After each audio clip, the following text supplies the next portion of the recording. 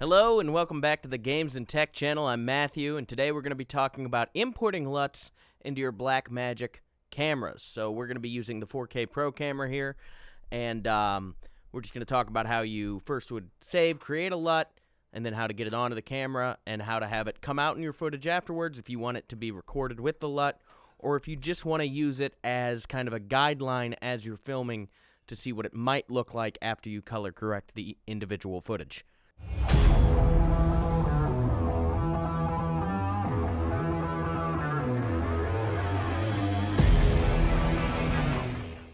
First thing we're going to do here on the computer is obviously you're going to color correct your footage. So we're going to use DaVinci Resolve for this.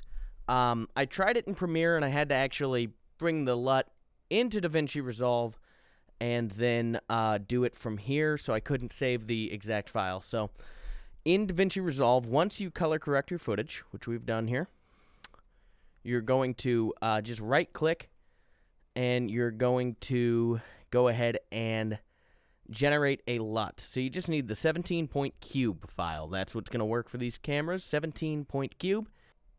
So we're just going to go ahead and put this on our desktop for now, and we'll call it for video vid. All right. And we'll go ahead and we'll just save that there, and we'll leave it there for now.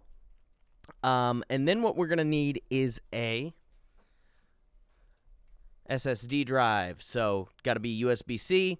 So you need some type of USB-C connection with a USB drive to connect to your camera. So we'll go ahead and put that in. And you're actually going to have to format this, I'm pretty sure, testing a couple different things, into a FAT format here. So let's go ahead and just show you how to do that, just in case you don't know. This PC will find the drive here. And we're going to right-click on it.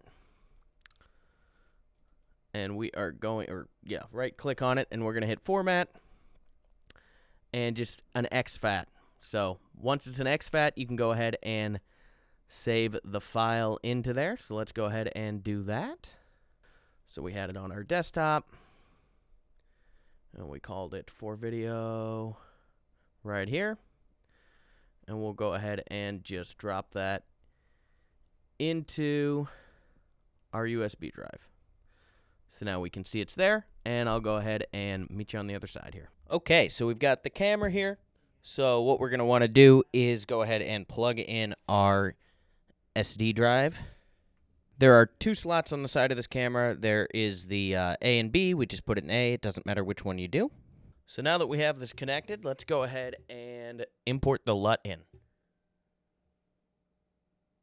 So we're going to go over to the LUTs page, and we're going to click on these arrows at the bottom. And from here, you can see Import LUT, USB Device 1. We're going to go ahead and hit that. And we can see it right here. And we'll hit Import. All right, so now that we have it, it says for vid 1. We'll go ahead and click on that and click the check mark. So if you're recording to a USB drive and you want the LUT to show up, you're going to have to click the Apply LUT in File filter right here. Now, we're actually using the Blackmagic Television Studio board, so if we want it to show up, we have to come over to the SDI, because that's the cord we're using out, and we'd have to hit Display 3D LUT.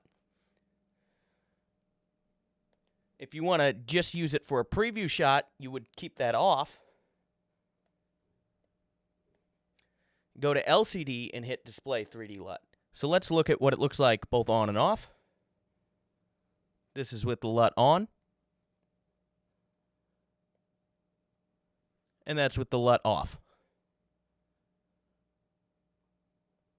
So we're going to keep it on for now, and we're going to turn it on through the SDI. And then I'll get back over to my desk and show you the difference. All right, so that's how you do it. It's pretty simple. I would recommend, if you aren't like on a set location, you would probably want to keep the raw file and then just have the LUT on the LCD display for you to kind of see what it might look like after you do your color correcting. But if it's pretty much the same set every time, you might be able to get away with using the LUT all the time in the recorded file. So I'll just play some footage here right now of me beforehand. You can see that it doesn't look the same. Obviously, we've got different color correction happening. And now we're back to afterwards, what it looks like after we put the LUT into the camera. So this is all being done on the camera side and the recording side. The color correction's already been done when we get the file. So hopefully this has helped you. If you guys have any questions, leave them down in the comments below. We'll see you later.